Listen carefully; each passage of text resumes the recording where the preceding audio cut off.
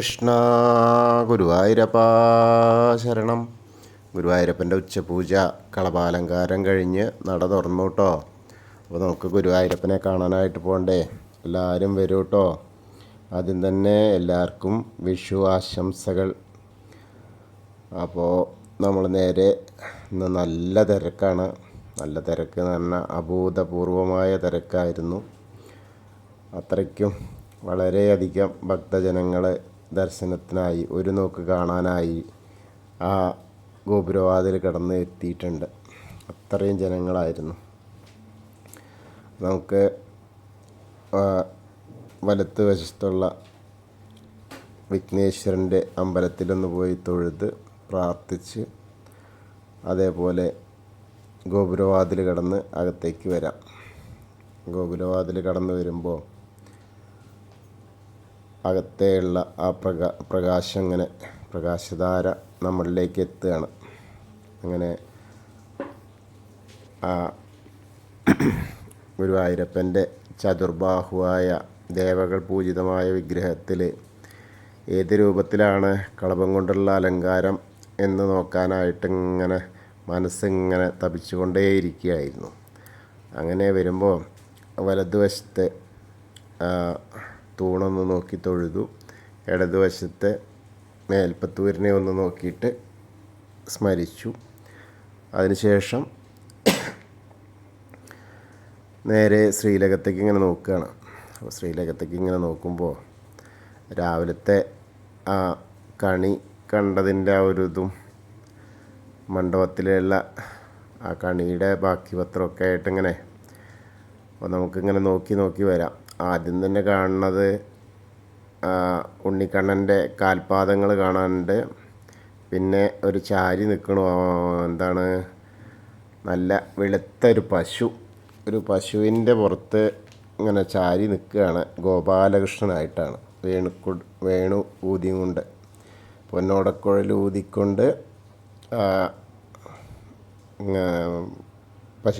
പശുവിൻ്റെ പുറത്തിങ്ങനെ ചാരി, പശു ആകട്ടെ ആ പൊന്നോടക്കുഴയിൽ നിന്നും ഉയർന്നു വീഴുന്ന ആ നാദധാരയിൽ ലയിച്ചങ്ങനെ ഇരിക്കുക. അങ്ങനെ കാലിൻ്റെ ഭഗവാന്റെ ആ ഉണ്ണിക്കണ്ണൻ്റെ കാൽപാദം ഇങ്ങനെ നക്കിക്കൊണ്ട് വളരെ മനോഹരമായൊരു കാഴ്ച. നല്ല രസമായിട്ടുള്ളൊരു ചാർത്താണ് ഇന്നത്തെ ആ ഒരു കളഭ ചാർത്ത്. വിഷു ആയതുകൊണ്ട് വളരെ നന്നായിട്ടുള്ള ആ ഒരു മഹനീയമായ ആ ഒരു കാഴ്ച. അപ്പോൾ അങ്ങനെ നോക്കുമ്പോൾ കൈവളകൾ കാണാണ്ട്, അതേപോലെ കഴുത്തിൽ ഒരു വളയം പോലത്തെ മാല, ഒരു പതക്കം പോലത്തെ മാല, ഒരു മാങ്ങാമാല, അങ്ങനെ 3 മാലകളുണ്ട്. കൈവളകൾ, തോൾവളകളൊക്കെ കാണാനുണ്ട്. ചെവിപ്പൂക്കൾ വെച്ചിട്ടുണ്ട്. സ്വർണ്ണഗോപി അങ്ങനെ വെച്ചിട്ടുണ്ട്. തിരുമുടി കെട്ടിയിട്ടുണ്ട്. പീലിയും കളഭം കൊണ്ടാണ്. നന്നായിട്ടുള്ളൊരു അലങ്കാരം കേട്ടോ. അതേപോലെ തിരുമുടിമാലകൾ 2 ഉണ്ട്. വെളുത്ത പൂവും തുളസിയായിട്ടുള്ളതും, വെളുത്ത പൂവും തെച്ചിയായിട്ടുള്ളതും. വെളുത്ത പൂവിനാണ് കൂടുതൽ പ്രാധാന്യം. അതുപോലെ തന്നെയാണ് വലിയ ഉണ്ടമാലകളും. 2 ഉണ്ടമാലകളാണുള്ളത്.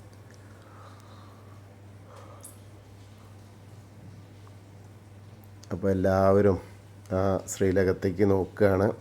നമ്മൾ ഗുരുവായൂരപ്പൻ്റെ സോപാനപ്പടിയിൽ നിന്ന് ഗുരുവായൂരപ്പൻ്റെ ശ്രീലകത്തേക്ക് നോക്കി തൊഴുകയാണ് എന്നങ്ങോട്ട് മനസ്സിൽ വിചാരിക്കുക.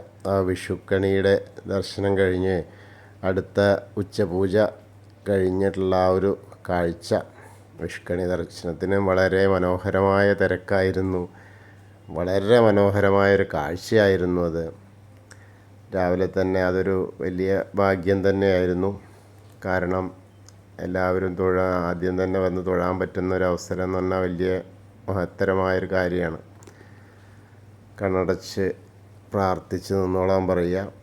അങ്ങനെ പ്രാർത്ഥിച്ച് നിൽക്കുന്ന സമയത്ത് കണ്ണ് തുറന്നോളാൻ പറയുക. അങ്ങനെ നമ്മൾ ആ വലതേ ഭാഗത്ത്, ശ്രീകോവിലിൻ്റെ വലതേ ഭാഗത്ത് ആ ദർശനം നമുക്ക് കിട്ടുക. അപ്പോൾ 3 സ്ഥലത്തായിട്ടാണ് ഇന്ന് ദർശനം സൗഭാഗ്യം നമുക്ക് കിട്ടിയത്. അതായത് ആദ്യത്തെ മണിമണ്ഡപത്തിലും പിന്നെ രണ്ടാമത്തെ മുഖമണ്ഡപത്തിലും മൂന്നാമത്തെ ഭഗവാന്റെ ശരിക്കുള്ള ചതുർബാഹുവായ വിഗ്രഹവും. ഇന്നത്തെ ദർശനം അങ്ങനെ ആയിരുന്നു. അപ്പോൾ എല്ലാവരും തൊഴുതോളൂ, പ്രാർത്ഥിച്ചോളൂ. അതിന് ശേഷം നമ്മൾ നേരെ സോപാനപ്പടിയിൽ നിന്ന് ഇറങ്ങുകയാണ്. സോപാനപ്പടിയിൽ നിന്ന് ഇറങ്ങിയിട്ട് അകത്തേക്ക് അവിടുന്ന് നോക്കി തിടപ്പള്ളിയിലേക്കൊന്ന് നോക്കി തൊഴുതു. അഗ്നികോണിലൊന്ന് നോക്കി തൊഴുതു. അതേപോലെ ചുമരിൻ്റെ മുകളിലെ ആലിലെ കണ്ണനെ നോക്കി തൊഴുതു. പിന്നീട് സപ്തമാതാക്കളെ കണ്ടു തൊഴുതു. അതിനുശേഷം വിഘ്നേശ്വരൻ്റെ അടുത്ത് വന്ന് അവിടെയൊക്കെ നല്ല മഞ്ഞ പട്ടൊക്കെ ആണ് ചാർത്തിയത്. വിഷുവായിട്ട് തന്നെയാണ്. നല്ല രസമായിട്ടുള്ള ആ ഒരു ചാർത്തലാണ്. ഏകദന്തം മഹാകായം തപ്തകാഞ്ചനസന്നിഭം ലംബോദരം വിശാലാക്ഷം വന്ദേഹം ഗണനായകം. അത് കഴിഞ്ഞ് സരസ്വതി ദേവീനെയും കണ്ടു തൊഴാം. സരസ്വതീ നമസ്തുഭ്യം വരദേ കാമരൂപിണി വിദ്യാരംഭം കരിഷ്യാമി സിദ്ധിർഭവതു മേ സദാ. അങ്ങനെ സരസ്വതി ദേവീനെയും കണ്ട് തൊഴുതു. അതിനുശേഷം നമ്മൾ നേരെ ഇങ്ങനെ വരുമ്പോൾ കോർണറിലെത്തിയാൽ ചെറിയ ഗണപതി വിഗ്രഹം കാണാം. അതൊന്ന് തൊട്ട് തലയിടാം. പിന്നെ മത്സ്യം, കൂർമ്മം, വരാഹം, നരസിംഹം വരെയുള്ള രൂപങ്ങൾ ആ മേൽശാന്തി ഇരിക്കുന്നതിൻ്റെ അടുത്ത്. പിന്നെ മേൽശാന്തിയിൽ അവിടെ മേൽശാന്തി ഇരിക്കുന്നു. അപ്പോൾ രാവിലേക്ക് എല്ലാവർക്കും വിഷ്കൈ നേട്ടം മേൽശാന്തി കൊടുത്തിരുന്നു. മേൽശാന്തിയുടെ അടുത്ത് നിന്ന് അർച്ചന പ്രസാദമൊക്കെ വാങ്ങി തൊഴുത് നേരെ ബാക്കിയുള്ള വാമന വിഗ്രഹം കാണാം. അതേപോലെ ഗജേന്ദ്രമോക്ഷം കാണാം. ഗരുഡൻ്റെ പുറത്തിരിക്കുന്ന മഹാവിഷ്ണുവിനെ കാണാം. അതൊക്കെ കണ്ട് തൊഴുത് അനന്തശായിയായ അനന്തപത്മനാഭസ്വാമീനെ കണ്ട് തൊഴാം. അവിടെ നിറയെ പൂക്കളായിട്ടിങ്ങനെ അലങ്കരിച്ചിട്ടുണ്ട്. നല്ല കൊന്നപ്പൂവും ഇതൊക്കെ ആയിട്ടിങ്ങനെ. അത് കഴിഞ്ഞാൽ ശ്രീകോവിലിൻ്റെ പുറകുവശത്തായിട്ട് വന്ന് സാഷ്ടാംഗം നമസ്കരിക്കുക. പിന്നീട് വീണ്ടും ബാക്കിയുള്ള ദശാവതാര വിഗ്രഹങ്ങളൊക്കെ കണ്ട് തൊഴുത് ആ മുരുകനെയൊക്കെ കണ്ട് തൊഴാം. പിന്നെ ഹനുമാൻ സ്വാമിയുടെ അടുത്ത് വരിക. ഹനുമാൻ സ്വാമീനെ കണ്ട് തൊഴാം. എല്ലാവരും പ്രാർത്ഥിച്ചോളൂ. ത്വമസ്മിൻ കാര്യനിര്യാഗേ പ്രമാണം ഹരിസത്തമഹനുമാൻ യജ്ഞമാസ്തായ ദുഃഖക്ഷയകരോ ഭവ മനോജവം മാരുതതുല്യവേഗം ജിതേന്ദ്രിയം ബുദ്ധിമതാം വരിഷ്ഠം വാതാത്മജം വാനരയൂഥമുഖ്യം ശ്രീരാമദൂതം ശിരസാ നമാമി. ബുദ്ധിർബലം യശോധൈര്യം നിർഭയത്വം അരോഗത അജാഡ്യം വാക്പടുത്വം ഹനുമസ്മരണാത് ഭവേത്. ഓം നമോ ഭഗവതേ ആഞ്ജനേയായ മഹാബലായ സ്വാഹ. അങ്ങനെ ഹനുമാൻ സ്വാമീനെ കണ്ട് പ്രാർത്ഥിച്ച് അടുത്ത രാധാകൃഷ്ണ വിഗ്രഹം കണ്ടു തൊഴുതു. പിന്നീട് നമ്മൾ ഓവിൻ്റെ അവിടെ വന്ന് പ്രാർത്ഥിക്കാം. ഓവിൻ്റെ പടിഞ്ഞാറ് വശത്തേക്ക് നോക്കിയാൽ അവിടെ നിന്ന് നോക്കിയാൽ താമരക്കണ്ണനെ കണ്ട് തൊഴാം. പിന്നെ നമ്മൾ വീണ്ടും കിഴക്ക് വശത്തേക്ക് ഇങ്ങനെ വരുമ്പോൾ ഗ്രില്ലിൻ്റെ അവിടെ വന്നാൽ മണിക്കിണർ കാണാം. അവിടെ കണ്ട് തൊഴാം. പിന്നെ നൃത്താറായിരിക്കുമെന്ന് നൃത്തം ചെയ്യുന്ന കണ്ണനെ കണ്ട് തൊഴാം.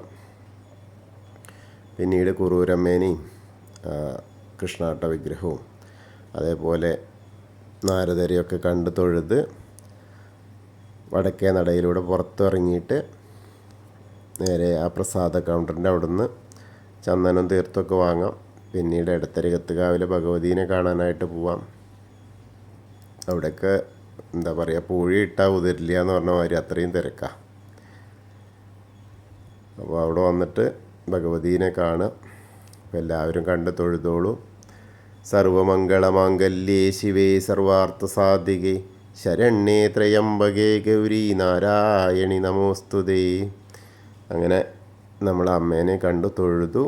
അതിനുശേഷം നേരെ കോർണറിലെത്തിയാൽ ഒന്ന് പിന്തിരിഞ്ഞിട്ട് വടക്ക് പടിഞ്ഞാറേ ഭാഗത്തേക്ക് നോക്കിയാൽ മമ്മിയൂർക്ക് നോക്കുക.